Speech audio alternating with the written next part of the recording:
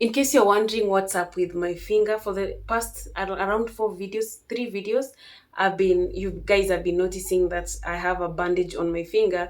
So the thing is, at work, like 2 weeks ago, I was trying to push open a window. It unfortunately crashed down, and a piece cut me. It was a really deep cut, but I went to the hospital and I was given a tetanus injection.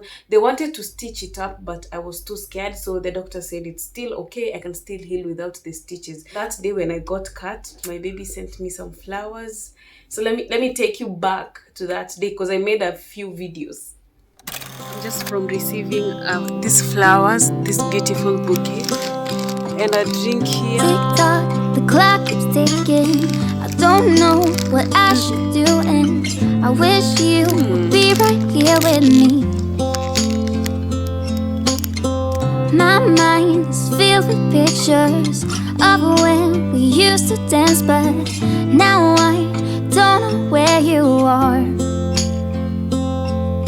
I missed you so bad, won't you come back to me? I've got you in my head, you're all that I see. I've lost all my chances, I know that I am too late. I'm thinking of you, I'm thinking of you, I'm thinking of you, wondering if you're there. I requested you guys on the community tab to ask us questions that you would like answers to, and we would respond to them. So you guys really came through with the questions you asked, and I read all of them and I have them in my mind, and we will answer all the questions. But there's this one question that really caught my eye because it was the most asked question, and I decided that I will actually answer that question in a whole video because it's a long explanation. It is actually the elephant in the room. The question was, when are we planning to close the distance? Or when are we planning to start living together? How is the process so far? Yeah, that was the question. My friends and people around me usually ask me, when are you closing the distance? What are you still doing here? When are you going to be with your husband? That question sometimes it kind of hurts me. Okay, it doesn't hurt me when it's asked in a certain way, but sometimes it hurts me because some people ask that question in a very sarcastic way. For example, I remember I met one person in a supermarket. We know each other. The person asked me in a sarcastic way, what are you still doing in Kenya? When are you going to be with your husband? So it was really sarcastic. It hurts a lot because it's a very sensitive topic to me. So okay, but when you guys ask, the way in which you phrased that question, it doesn't hurt me. I know you guys really want to see us together, and that's why you're so concerned, and that's why I made that tough decision to do this video at this point. So I realized that a lot of people do not really understand or are not aware of how the process works after you get married to a foreigner. A lot of people think that once you get married to a foreigner, then that's a green card. You can get on the plane and travel with them the next minute or the next day.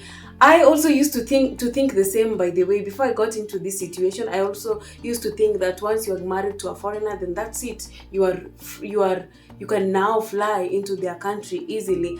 But then these days things have really, really changed, and it's not like the way it used to be before. These days, a marriage certificate is not enough to enable you to go live with your spouse in their country.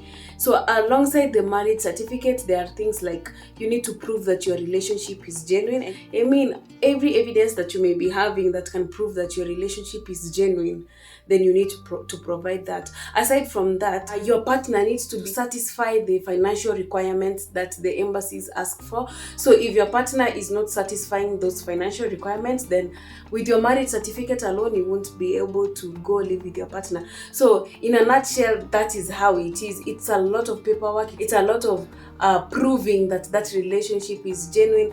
And by the way, guys, it takes a long time for you to get feedback after you submit your application.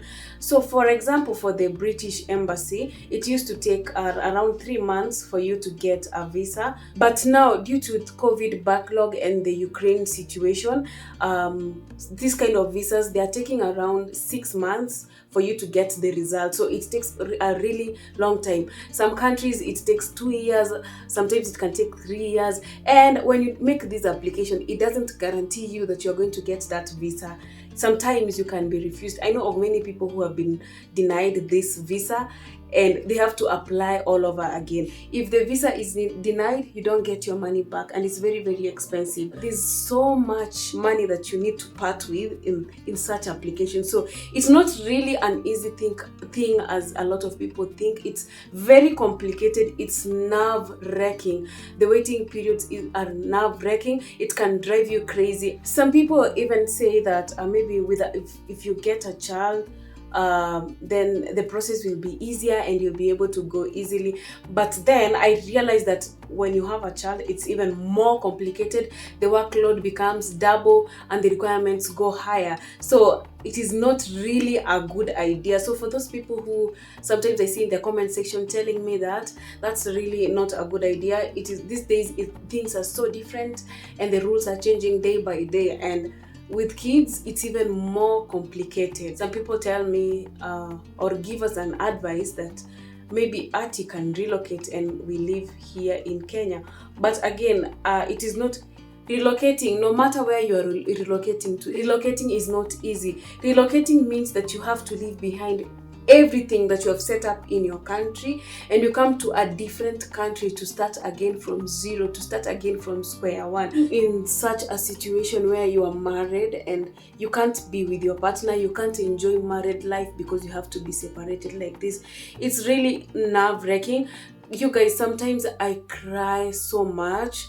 We don't show you this side of our relationship, but Ati can testify, especially me. I'm the one who is the most sensitive in this relationship. I cry a lot sometimes. I get depressed. Sometimes I go to Instagram or to TikTok and you just see happy couples or people traveling and they're saying they have closed the distance, and I'm happy for them, and at the same time I feel so bad about myself because I want to close the distance. I want to be with my husband. We are married. I want to enjoy married life. I want to start a family. I want to move on with my life. Things in my life are on hold because we can't be together. Like, I want my life to continue. I want to move a step forward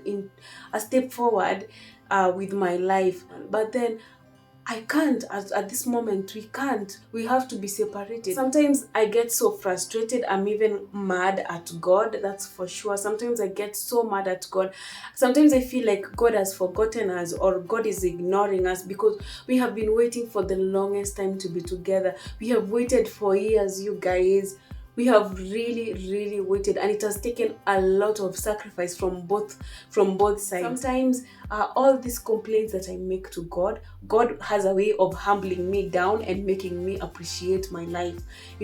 I go out there, especially in Nairobi town or on TikTok, I see sad stories of how people are suffering in this life. Some people are suffering with diseases that have no cure. Some people don't have food. Some people don't have shelter or water. A lot of people have some bigger problems than my problem, that when I look at those situations, I just feel guilty and I go down on my knees and I ask God for forgiveness, because my situation is nothing compared to their situation. That is the reason why, even if waiting is so hard, waiting is so difficult, sometimes it gets here on my nerve and I feel like I can't do it anymore. These situations make me to calm down, and I believe that God is working on our case, and one day we will come here with a testimony and tell you guys that God has worked for us. From all that I have told you guys, I'm sure by now you've now understood the situation. So to answer the question, when we are closing the distance, to be honest with you guys, even for us, we don't know when we are closing the distance. We don't know when we will see each other again. We literally know nothing. We are in the same shoes as you guys. We are also waiting. So another thing, I can't be able to tell you about our exact plans or about our process, where we have reached, or if we have started or not. I'm not able to share that on here. I believe it's too early to be talking about that, and I believe in being silent and letting God work on our case. And when things are okay, when it's the right time, when God says yes, then now we can be able to share with you guys the plans and the progress and everything else. But as of now, I prefer to be quiet about this matter. And yeah, and the time will come. The time will come when we will share the good news with you, because we are here on YouTube. We are not going anywhere. And obviously, when things are okay and we are now ready to live together, then we will share with you guys. We won't leave you out. I respect everyone who is in a long distance relationship, because long distance is a test of your love. It is a roller coaster of emotions. It's never easy. Sometimes it's very, very difficult, and long distance relationships will be easier if people will be allowed to travel freely to see their families. But now, because of a lot of things that have made the embassies to be such strict, we just have to deal with it. So I am one day I will make a video of how much struggles we go through being in a long distance relationship, or to show you that other side, the dark side of being in a long distance relationship. This is the sad truth about long distance relationships, actually. Like, especially for the person who is to move to go and live with their partner in their country, your life is on hold until the day you actually get the papers to travel to your partner's country. Your life literally comes to a standstill. You can't do anything, because at the end of the day, or sooner enough, you will leave all that behind to go and live with your partner, to go and start your life afresh. And then another sad part is that when you move into these countries, especially when you come from a developing country to an already developed country, like for example from Kenya to UK, you have to go and start again with a lot of paperwork for you to get settlement in that country. Your education is not even competitive enough in that country, so you have to go and start again, upgrading your studies or start life from zero. It is really so much sacrifice and so much of anxiety that long distance relationship has. To everyone out there who is in long distance relationship, remember that you are not alone. We are all together in this, and let's keep praying for each other. God is working on all our cases, and God loves us all. Let's give our burdens to God, and He will carry them for us.